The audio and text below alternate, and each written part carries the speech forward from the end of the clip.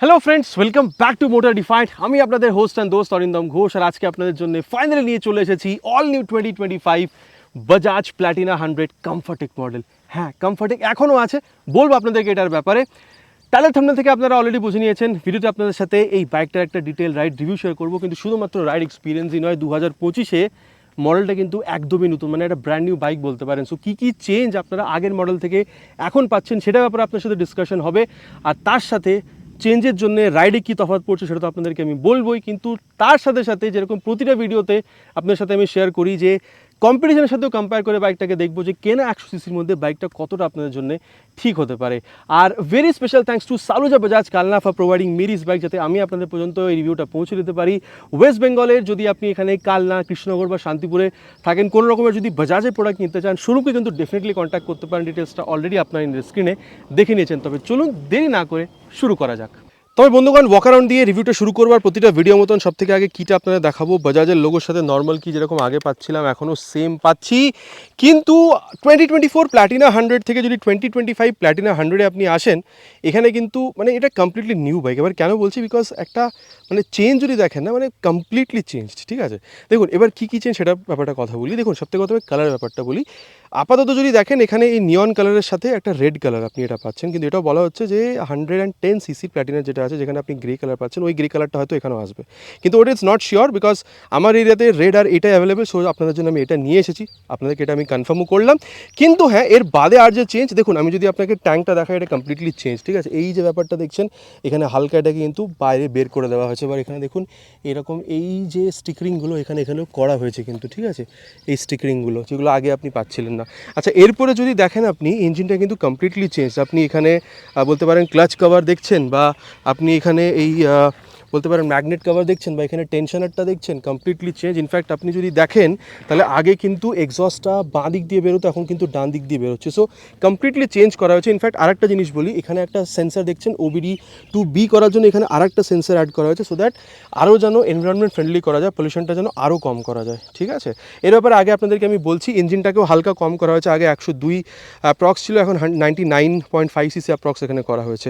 সেটার ব্যাপারে আগে আপনাদেরকে আমি বলছি। এর পরেও যে চেঞ্জগুলো হয়েছে সেটা হচ্ছে হ্যান্ডেল বারে আপনি এখানে হালকা একটা যে চেঞ্জ সেটা দেখতে পাচ্ছেন। ইনফ্যাক্ট এখানে দেখুন মোবাইল চার্জিং যে পোর্টটা, এটাকেও কিন্তু এখানে কোম্পানি এখন অ্যাড করেছে। ঠিক আছে, তারপরে সিটে যদি দেখেন এখানে এই যে কালার, এই ব্যাপারটা কোম্পানি এখানে অ্যাড করেছে। সো এই ব্যাপারগুলো আছে কিন্তু এখানে। আচ্ছা, এরপরে আপনাদেরকে প্রাইস ব্যাপারটা বলি। আগে মোটামুটি আপনি 70,000 অ্যাপ্রক্স এখানে এক শোরুম প্রাইস পেতেন, এখন 71,500 অ্যাপ্রক্স শোরুম আছে। এক্স্যাক্ট আপনি এখানে দেখে নিয়েছেন স্ক্রিনে। এবার এক্স্যাক্টটা আপনাদেরকে বলবো প্রাইস, কিন্তু তার আগে বলি যে ওভারঅল আমরা এখানে জিনিসপত্র কী কী পাচ্ছি। সবথেকে প্রথমে যদি আমি এখানে কিটা অন করি, দেখুন খুব একটা যে এখানে হালচাল হচ্ছে সেটা নয়, হালচাল হবে যদি আমি এখানে ইগনিশনটাকে অন করি। ইগনিশনটাকে অন করলে এই যে ডিআরএল যেটা সেটা এখানে জ্বলছে, কিন্তু এটাকে যদি হালকা করে আমি হেডল্যাম্পটাকে অন করতে চাই, সেটার জন্য এখানে আমি একটা সুইচ পাচ্ছি। এই যে একবার দেখে নিন, ডিআরএলটা দেখুন এবার হালকা হবে, আর এই যে হ্যালোজেন ল্যাম্প সেটা কিন্তু অন হয়ে গেছে। এই যে এটাকে চাইলে কিন্তু আমি আবার অফ বা অন করতে পারছি। ঠিক আছে, সো এই ব্যাপারটা আপনি এখানে পাচ্ছেন। আর এবার অফ করার জন্য ডিরেক্ট এটাই আমাকে অফ করতে হচ্ছে, কিল সুইচ ওরা আরও ভালো হতো, কিন্তু হ্যাঁ টার্ন সিগন্যাল দেখুন এখানে ফ্লেক্সিবল বাল্ব টার্ন ইন্ডিকেটার। ঠিক আছে, এবার এটাকে আমি এখানে অফ করি, আর তারপরে আগের মতন এখনও কিন্তু আমি এখানে এই যে টেলিস্কোপিক ফোক এটাই পাচ্ছি। তারপরে এই যে ফাইবারের মাড গার্ড, টায়ারটা যদি আপনি দেখেন সেম, কিন্তু আপনি এখানে আগের মতনই যে টায়ার সেটা আপনি পাচ্ছেন, মানে 2.75 17 ইঞ্চেসের। কিন্তু হ্যাঁ 17 ইঞ্চেসের ঠিক আছে, এখানে আপনি এই গ্রাফিক্সগুলোও দেখতে পাবেন, কিন্তু টায়ারটা কিন্তু টিউব টায়ার, টিউবলেস নয়। এবার টিউবলেস হলে আর একটু বেটার হতে পারে। আপনাদের কী বক্তব্য সেটা আপনার নিচে প্লিজ কমেন্ট করবেন। আচ্ছা, এই যে কমফর্টেক ব্যাপারটা এখানে লেখা আছে সাসপেনশনে, ওটা কিন্তু আগে সিট কাউলের ওখানে লেখা থাকতো, এখন এখানে লেখা আছে। আবার অ্যান্টি স্কিড ব্রেকিং সিস্টেম আছে, এটাকেও আগে আমরা চালানোর টাইমে আগে টেস্ট করে দেখবো। তার সাথে দেখতে পাচ্ছেন এখানে কিন্তু এই বলতে পারেন রিফ্লেক্টারটাও কোম্পানি দিয়েছে, আর তার সাথে 130 mm এখানে কিন্তু আপনার এই ড্রাম ব্রেকটা ফ্রন্টে পেয়ে যাবেন। এখানে কিন্তু ডিস্ক ব্রেক নেই। ঠিক আছে, আচ্ছা এরপরে এখানে যথেষ্ট ভালো একটা আপনি এখানে ক্র্যাশ গার্ড পাচ্ছেন। আর ওবিডি টু বি ইঞ্জিন তো অলরেডি বলেছি, ইঞ্জিনটাকে এখানে কমপ্লিটলি চেঞ্জ করা হয়েছে। আগে যেটা 102 সিসি অ্যাপ্রক্স ছিল, এখন আপনারা 99.5 CC single cylinder air cool fuel injected engine আপনারা পাচ্ছেন। আর একটা বড় চেঞ্জ দেখুন, আগে কিন্তু কার্বোরেটর ছিল, ঠিক আছে, ই কার্বোরেটর বা কার্বোরেটর বলতে পারেন, কিন্তু এখন এখানে কিন্তু ফিউল ইঞ্জেকশন দেওয়া হয়েছে। আর যেহেতু এখানে ওয়েটটাকেও একটু কমানো হয়েছে, সো বলতে পারেন এখন মাইলেজ কিন্তু আরেকটু বেটার এখানে এক্সপেক্টেড, যেটা আগে 70 ছিল এখন হয়তো আরও বেটার পেতে পারেন। এবার দেখুন পাওয়ার ফিগারটা, সেটাও কিন্তু হালকা ইনক্রিজ হয়েছে, যেটা আগে 7.9 PS ছিল সেটা এখন 8.2 PS হয়ে গেছে। টর্ক মোটামুটি সেম আছে, 8.3 আগে ছিল, এখন 8.34 কোম্পানি বলছে, সো ওটাতে খুব একটা চেঞ্জ হয়নি। কিকস্টার্ট আগেও ছিল, এখনও কিন্তু কিকস্টার্ট আপনারা পেয়ে যাচ্ছেন। তার সাথে যদি আপনি এখানে এই ফুট রেস বা যদি ব্রেক লিভারের কোয়ালিটি দেখেন আগের মতন এখনও কিন্তু যথেষ্ট ভালোই আপনারা পাচ্ছেন। আচ্ছা, তার বাদে আরেকটা জিনিস আপনাদের বলি, এখানে ব্রেক সিস্টেমের যে এই যে তারগুলো আপনারা দেখছেন এটাও কিন্তু হালকা চেঞ্জ করা হয়েছে। ঠিক আছে, আর দেখুন আমরা কথা বলছিলাম অ্যাবাউট ইঞ্জিন, তো এই যে এক্সস্ট সাউন্ড সেটাও আপনাদেরকে শুনিয়ে দিই। আর আরেকটা কথা বলি, এখনও কিন্তু আপনারা এই যে এই ক্রোম এলিমেন্টের এই যে ফিনিশটা এটা কিন্তু পাচ্ছেন, যাতে লুকটাকে আরও ভালো করা যায়। আওয়াজটা আপনারা একবার শুনে নিন।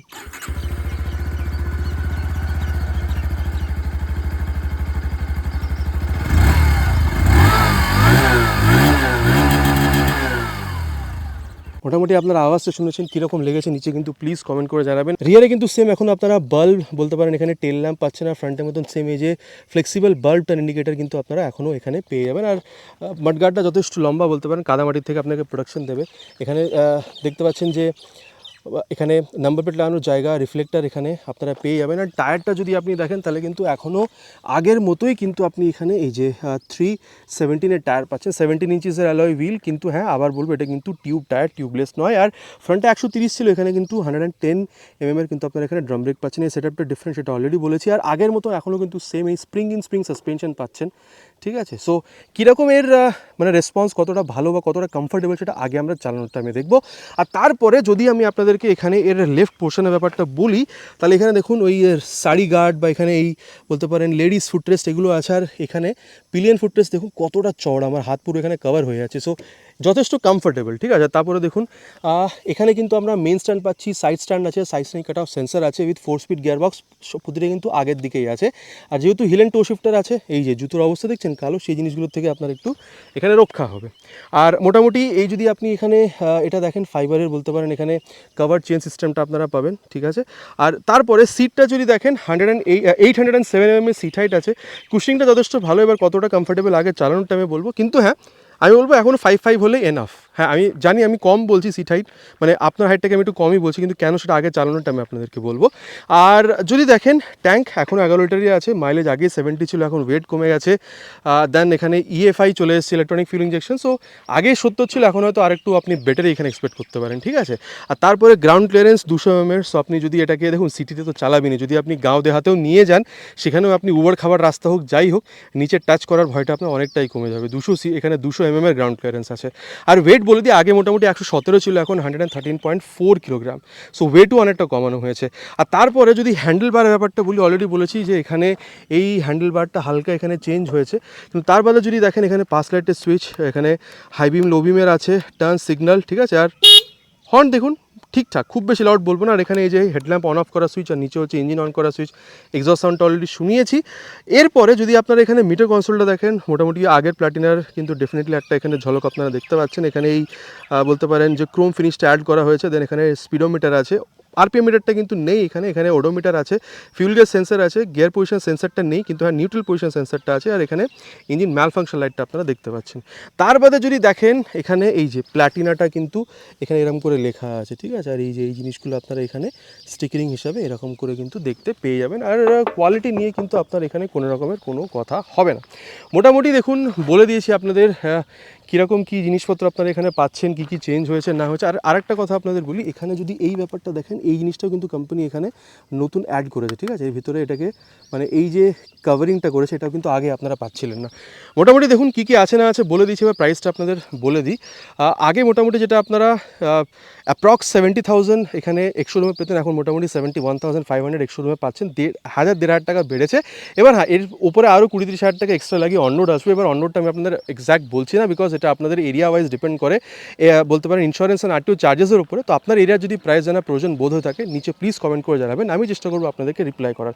কথা বলা হয়ে গেছে, বাইকটা থেকে আছে না আছে, চলুন তবে রাইডে যান, দেন দেখি নতুন প্ল্যাটিনা 100-এ কীরকম এক্সপিরিয়েন্স হচ্ছে। তবে বন্ধুগণ এবার রাইড রিভিউটা স্টার্ট করা যাক of this all new 2025 Bajaj platina 100। আচ্ছা, এবার সিটে যখন বসছেন মোটামুটি 807 পর্যন্ত আপনি সিট হাইট পাচ্ছেন, কিন্তু আমার মনে হচ্ছে না যে খুব একটা উঁচু সিট, বিকজ আমার হাইট ক্লোজ টু 6। আপনি দেখুন পাটা কতটা বেন্ড হয়েছে, আর দেখুন পাটা কিন্তু সামনের দিকে রাখছে না। সিটটা যথেষ্ট কমফোর্টেবল, ঠিক আছে, অনেকটা সফটের সাইডে বলতে পারেন। আর হ্যান্ডেল বার যদিও বা চেঞ্জ হয়েছে, আগে যতটা কমফোর্টেবল ছিল এখনও ততটাই কমফোর্টেবল, আর আপনি অলমোস্ট আপরাইটই বসছেন। সো একটা কমফোর্টেবল রাইডের পজিশন কিন্তু আপনি এখানে ডেফিনেটলি পাচ্ছেন, ঠিক আছে। চলুন তবে এবার এখানে টাইমটা ওয়েস্ট না করে স্টার্ট করা যাক। ফার্স্ট গিয়ার, আর এই যে সেকেন্ড গিয়ার, আর টর্কটা দেখুন 8.3 Nm টর্ক। আর দেখুন পাওয়ারটাকে হালকা ইনক্রিজ করা হয়েছে। দেখুন এরকম নয় যে আগের থেকে একদম মানে একটা মানে অনেক বড় একটা পাওয়ারের এখানে আপনি ডিফারেন্স বুঝতে পারছেন, কিন্তু হ্যাঁ যদি আপনি এটাকে টেস্ট করার জন্য আগেটা থেকে এখন এখানে চালিয়ে দেখেন, হালকা একটা যে আপনি বেটার অ্যাক্সিলারেশন ইনিশিয়ালি ওটা বুঝতে পারবেন, কিন্তু এমন কিছু তফাৎ নেই, ঠিক আছে। সো এটা একটা মানে আমার যে ইনিশিয়াল যে বোধ হলো বাইকটাকে চালিয়ে, সেটা আপনাদের সাথে আমি এখানে শেয়ার করলাম, ঠিক আছে। আর তারপরে দেখুন ক্লাচটা 100 সিসির বাইক, কী বা বলবো, ধরুন মানে যথেষ্ট সফট এখানে। আর হ্যাঁ আপনি যদি গিয়ার শিফটিংটা দেখেন, আপনি হিল অ্যান্ড টো শিফটের দুটোই পাচ্ছেন। আপনি আপশিফট করছেন বা ডাউনশিফট করছেন, যথেষ্ট স্মুথনেস আছে এখানে, স্মুথনেসের কোনো অসুবিধা নেই। আর হালকা একদমই হালকা একটা এফার্টের সাথে আপ বা ডাউনশিফট কিন্তু এখানে হয়ে যাচ্ছে, ঠিক আছে। এখানে কোনো এটাতে আপনার এখানে কোনো প্রবলেম হচ্ছে না।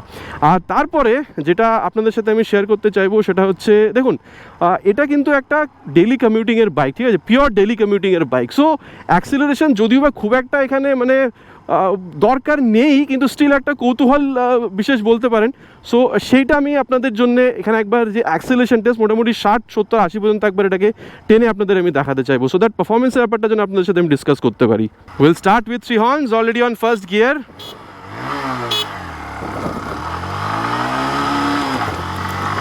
On second gear now, crossed 45, 50. Third gear, approaching 65, 70 crossed. On fourth gear now, top gear, crossed 80. Oh, it's enough I guess. তবে বন্ধুগণ দেখুন মোটামুটি 80 পর্যন্ত টেনেছি, খুব একটা যে ভাইব্রেশন বুঝতে পেরেছি সেটা নয়, কিন্তু হ্যাঁ 70-এর পর হালকা একটা বাজ আছে, কিন্তু ভাইব্রেশন খুব যে বেশি সেটা আমি বলবো না, ঠিক আছে। আর তারপর দেখুন স্টেবিলিটি 100 সিসি বাইকের হিসাবে যতটা ভালো পাওয়া উচিত ততটাই ভালো আছে। মাইলেজ মোটামুটি আপনারা আগের থেকে বেটারই পাবেন, বিকজ এখন ফিউল ইঞ্জেকশন চলে এসছে, ঠিক আছে। মোটামুটি 70 পর্যন্ত কিন্তু আপনি এক্সপেক্ট করতে পারেন। হ্যাঁ ইলেকট্রনিক ফিউল ইঞ্জেকশনের জন্য যে এমন কিছু পারফরমেন্সের ডিফারেন্স এসছে সেটা নয়, কিন্তু হ্যাঁ একটু বেটার যে আপনি ইনিশিয়াল পারফরমেন্স পাচ্ছেন সেটা তো আমাকে বলতেই হচ্ছে, ঠিক আছে। কিন্তু সেটা তখন বুঝতে পারবেন যখন আপনি এটাকে টেস্ট করার জন্য দুটো বাইক পরপর চালাবেন, আগের মডেলটা আর এখন মডেলটা, ঠিক আছে। এবার যেটা আপনাদের সাথে ডিসকাস করবো সেটা হচ্ছে অ্যাবাউট ব্রেক, বিকজ ফ্রন্টে 130 mm ড্রাম আর রিয়ারে 110 mm ড্রাম ব্রেক। সো চলুন সবথেকে প্রথমে ফ্রন্টের যে ব্রেক সেটাকে টেস্ট করা যাক। মোটামুটি 45 থেকে 50-এর মধ্যে নিয়ে যাব। আর ফ্রন্ট ব্রেক দেখুন, আমি একটা কথা বলতে চাইবো যে এই ব্রেকটাকে কিন্তু ডিস্ক ব্রেকের সাথে কম্পেয়ার করলে হবে না, ঠিক আছে। 100 সিসির বাইক 130 mm ড্রাম ব্রেক ফ্রন্টে যতটা ভালো রেসপন্স পেতে পারেন আপনি একটা ড্রাম ব্রেকের থেকে স্পেশালি, ততটা ভালো রেসপন্স কিন্তু আপনি পাচ্ছেন, ঠিক আছে। আর এখানে কিন্তু আবার অ্যান্টি স্কিড ব্রেকিং সিস্টেমটা আছে, ঠিক আছে। সো চলুন সেটাও টেস্ট হবে, কিন্তু আগে রিয়ার ব্রেকটাকে আগে একবার এখানে টেস্ট করে দেখি। মোটামুটি ওই 40-45-এর মধ্যে এইবার রিয়ার ব্রেকটাকে প্রেস করেছি 45-এ গিয়ে। দেখুন স্কিড তো গাড়ি করছে না, হ্যাঁ এবার ডাইভার্স কন্ডিশনে কী হবে জানি না, কিন্তু এই এখন যে কন্ডিশনটা আছে, এত সুন্দর রোদ, এখানে এত সুন্দর রাস্তা, এখন কিন্তু গাড়ি স্কিড করছে না। আর এবার রিয়ারের সাথে সাথে ফ্রন্ট ব্রেকটাকেও ইউজ করে দেখবো মোটামুটি ওই 50-এ গিয়ে, ঠিক আছে, রিয়ার উইথ ফ্রন্ট। দেখুন যথেষ্ট ভালোভাবে কিন্তু গাড়িটা এখানে দাঁড়িয়ে গেছে, মানে ঝটকা মেরে দাঁড় করায়নি বা ফিসলিয়ে দাঁড়ায়নি, যথেষ্ট ভালোভাবে কিন্তু দাঁড়িয়ে গেছে। সো ওভারঅল ব্রেকিং আমি বলতে পারি আপনি এখানে যথেষ্ট ভালো পাচ্ছেন। আর হ্যাঁ রিয়ারের ব্রেকটা যদি দেখেন, মোটামুটি প্রতিটা বাইকে যেরকম বলে থাকি ওই প্রোগ্রেসিভই পাচ্ছেন, ঠিক আছে। মানে ওই পা রাখলে ব্রেকটাতে হালকা একটা স্পিড কাট ডাউন হচ্ছে, ওটাই একটা ফিল, ঠিক আছে, ওই এমন কিছু ডিফারেন্স নয়। মোটামুটি ব্রেকিংটা যথেষ্ট ভালো আপনি এখানে বলতে পারেন। আর তারপরে যেটা বলবো সেটা হচ্ছে অ্যাবাউট সাসপেনশন। দেখুন মোটামুটি দুটো সাসপেনশনই, ফ্রন্ট হোক বা রিয়ার, আমি বলতে পারি ওই মিড বা সফটের মধ্যে রাখা হয়েছে, সো দ্যাট এরকম রোড কন্ডিশনে তো আপনি চালাবেনই, ঠিক আছে। কিন্তু যদি আপনি এটাকে ওই গ্রামের সাইডেও চালান না, সেখানেও যদি ওই উবার খাবার রাস্তা গাড্ডা ওগুলো তো হবেই, সেখানেও কিন্তু এই যে স্প্রিং ইন স্প্রিং সাসপেনশন না, সেটা কিন্তু যথেষ্ট এটাকে অ্যাবজর্ব করবে ঝটকাগুলোকে। আর একটা ব্যাপার দেখুন, আমি যদি এটাকে এরকম করে টার্ন করি, ঠিক আছে, দেখুন আরামসে কিন্তু অনেক ছোট জায়গার মধ্যে টার্ন হয়ে যাচ্ছে। সো টার্ন রেডিয়াসটা অনেকটা ছোটো, মানে যদি আপনি কখনো সিটিতে রাইড করেন, ইউ টার্নস নিতে হয়, ঠিক আছে, সেখানে কিন্তু অনেকটা ছোটো জায়গার মধ্যে ইউ টার্নটাও আপনি নিয়ে নিতে পারবেন, খুব একটা অসুবিধা আপনার হবে না, ঠিক আছে। সো সাসপেনশন বলতে পারেন এরকম রোডে তো ডেফিনেটলি ভালো, কিন্তু যদি আপনি মানে হালকা ফুলকা যদি অফ রোড টাইপেও চলে যান, ঠিক আছে, মানে গ্রামের সাইডে স্পেশালি বলছি, সেখানেও কিন্তু যথেষ্ট অ্যাবজর্ব হয়। এবার আপনি যদি একদম 2 ফুট গাড্ডার মধ্যে যান সেটা আলাদা, এই নর্মাল যেরকম এই গাড্ডাগুলো যাচ্ছে এর মধ্যে আপনি আরামসে চালাতে পারবেন, খুব একটা অসুবিধা আপনার হবে না। ঠিক আছে, আর তারপরে ওভারঅল হ্যান্ডলিংটা ব্যাপারটা যদি বলি, এরকম যখন আপনি করছেন না, তখন বাইকটা কিন্তু ডেফিনেটলি আপনার কন্ট্রোলে আছে। ঠিক আছে, এদিক ওদিক কিন্তু বাইকটা পালিয়ে যাচ্ছে না, কন্ট্রোল আপনি লুজ করছেন না। আর ওয়েট মোটামুটি আগে 117 ছিল, এখন মোটামুটি 113.4। তো বাইকটা দেখুন ইন জেনারেল যদি দেখেন হালকা, কিন্তু হ্যাঁ আগের থেকে যে এই 3-4 কিলো ওয়েট কমেছে তার জন্য যে আরও হালকা মনে হচ্ছে সেরকম নয়। ঠিক আছে, তারপরে রিয়ার ভিউ মিরার যথেষ্ট ভালো। এখানে আপনি এখানে বলতে পারেন যে এটা যে এখানে অ্যানালগ মিটার কনসোল এগুলো আপনি পেয়ে যাচ্ছেন, মোবাইল চার্জিং পোর্ট এগুলো তো আছে। আর দেখুন অলমোস্ট আপরাইট বসছেন। ঠিক আছে, এখানে সিটটাও যথেষ্ট কমফোর্টেবল, ব্রেকিংটাও ভালো, অ্যাক্সেলারেশনটাও ঠিকঠাক। সো আমি বলবো সিটি রাইডে তো আপনি ইউজ করতেই পারেন। ঠিক আছে, ইনফ্যাক্ট ওটার জন্যই তৈরি করা হয়েছে, হয়তো গ্রামের সাইডেও চালান, কিন্তু যদি কোনো দিন একটা সাডেন একটা বলতে পারেন যদি লং রাইডের প্ল্যান হয়, তখন 100-150 কিলোমিটার নয়, ঠিক আছে, কিন্তু যদি কোনো দিন সাডেন একটা ছোটো মোটো লং রাইড প্ল্যান করে থাকেন, আমার মনে হয় আপনি করতে পারেন। ঠিক আছে, সাডেন যদি প্ল্যান হয়ে গিয়ে থাকে আপনার অসুবিধা হবে না। মোটামুটি দেখুন বাইকটাতে কী আছে না আছে কমপ্লিটলি ডিসকাস হয়ে গেছে। চলুন তবে যাওয়া যাক এর এখানে কনক্লুশন, অ্যান্ড দেন কথা বলি যে এই বাইকটাকে যদি এর কম্পিটিশনের সাথেও কম্পেয়ার করেন, বাইকটা কেনা আপনাদের জন্য কতটা ঠিক হতে পারে। তো বন্ধুগণ, এবার কনক্লুশনের ব্যাপারটা কথা বলা যাক, বাইকটা কেনা কতটা ঠিক হবে। দেখুন সবথেকে প্রথমে এখানে কম্পিটিশনের ব্যাপারটা বলি। অনেক বাইক আছে, যেরকম ধরুন HF ডিলাক্স আসছে, বা হন্ডার শাইন 100 আসছে, বা এখানে বলতে পারেন হিরোর এখানে যেটা সবথেকে বেস্ট সেলিং বাইক বলতে পারেন সেটা হচ্ছে স্প্লেন্ডার প্লাস। ইনফ্যাক্ট যদি আপনি হন্ডার শাইন 100 দেখেন, মোটামুটি 2-3 হাজার টাকা আপনি এখন এক্সশোরুমে বেশি পে করছেন। আর টাফেস্ট কম্পিউটার যদি দেখেন সেটা হচ্ছে হিরোর স্প্লেন্ডার প্লাস মডেলটা। এক্সশোরুম প্রাইস যদি ওর বেস মডেল দেখেন, বিকজ ওখানে অনেকগুলো মডেল আপনি পাচ্ছেন, বেস মডেলের প্রাইস এর থেকে মোটামুটি 7-8 হাজার টাকা বেশি। দেখুন আমার মনে হয় দের ইজ নো কনফিউশন যে স্প্লেন্ডার প্লাস যথেষ্ট ভালো একটা বাইক, যে সেই জন্যে কিন্তু মানে ডেকেড ধরে কিন্তু বেস্ট সেলিং বাইকও ওটা। কিন্তু দেখুন আমার মনে হয় আপনার বাজেট যদি স্প্লেন্ডার প্লাসের থেকে 8-10 হাজার টাকা কমও হয়ে থাকে, কিন্তু আপনার এটা প্রয়োজন যে বাইকটা যেন আরেকটু বেশি লম্বা মনে হয়, সিটটা যেন ফ্যামিলির সাথে রাইড করার জন্য আরেকটু বেশি আপনি কমফোর্টেবল বা একটু বেশি লম্বা চাইছিলেন। ঠিক আছে, দেন মাইলেজটা আপনি আরও বেটার চাইছেন। ঠিক আছে, ব্রেকিং ভালো, এই বলতে পারেন যে অ্যাক্সেলারেশনটা আপনি মোটামুটি এই 100 সিসির মধ্যে ভালো চাইছেন, সো দ্যাট রাইড করতে যেন আপনার কোনো রকমের অসুবিধা না হয়। ঠিক আছে, সিটি রাইড বা যদি আপনি কখনো মানে গ্রামেও চালাতে চান ওই গাড্ডার মধ্যে দিয়ে বা পটহোলসের মধ্যে দিয়ে, আপনার জন্য কোনো অসুবিধা না হয়। ঠিক আছে, তো আমার মনে হয় দেখুন যদি আপনি স্প্লেন্ডার প্লাস টাফেস্ট কম্পিউটারের থেকেও কম্পিটিশনের থেকেও যদি 8-10 হাজার টাকা কমেও যদি দেখেন, তাহলে কিন্তু এখানে 2025 বাজাজ প্ল্যাটিনা 100 কমফোর্টেক আপনার জন্য একটা ডেফিনেটলি ভালো প্রোডাক্ট হতে পারে। তবে দেখুন এই বাইকটার মধ্যে আপনারা কী কী জিনিস নতুন পাচ্ছেন আগের মডেল থেকে বা আউটগোয়িং মডেলের থেকে কম্পিটিশনের সাথে কম্পেয়ার করলে বাইকটা কোথায় স্ট্যান্ড করছে, এভরিথিং ইন ডিটেল আপনার সাথে ডিসকাশন হয়েছে। এবার আপনার কি মনে হচ্ছে, এখনও কি অন্যান্য বাইকে যাবেন যেরকম HF ডিলাক্স বা শাইন 100 বা স্প্লেন্ডার প্লাস, নাকি এই বাইকটা আপনি কিনবেন? নিচে কিন্তু কমেন্ট করে জানাতে প্লিজ ভুলবেন না, ইটস মাই রিকোয়েস্ট। আশা করছি ভিডিওটা আপনাদের ভালো লেগেছে। যদি ভালো লেগে থাকে প্লিজ ভিডিওতে একটি লাইক, আর চ্যানেলটা কিন্তু একদমই নতুন, চ্যানেলে যদি প্রথমবার এসে থাকেন প্লিজ চ্যানেলটাকে সাবস্ক্রাইব করে বেল বাটনটা অল হিট করতে ভুলবেন না। আগেন ইটস মাই রিকোয়েস্ট, খুব তাড়াতাড়ি আপনার সাথে দেখা হবে চ্যানেলে একটা ভিডিওতে বাইক বা স্কুটারের সাথে। Till then ride safe and জয় হিন্দ।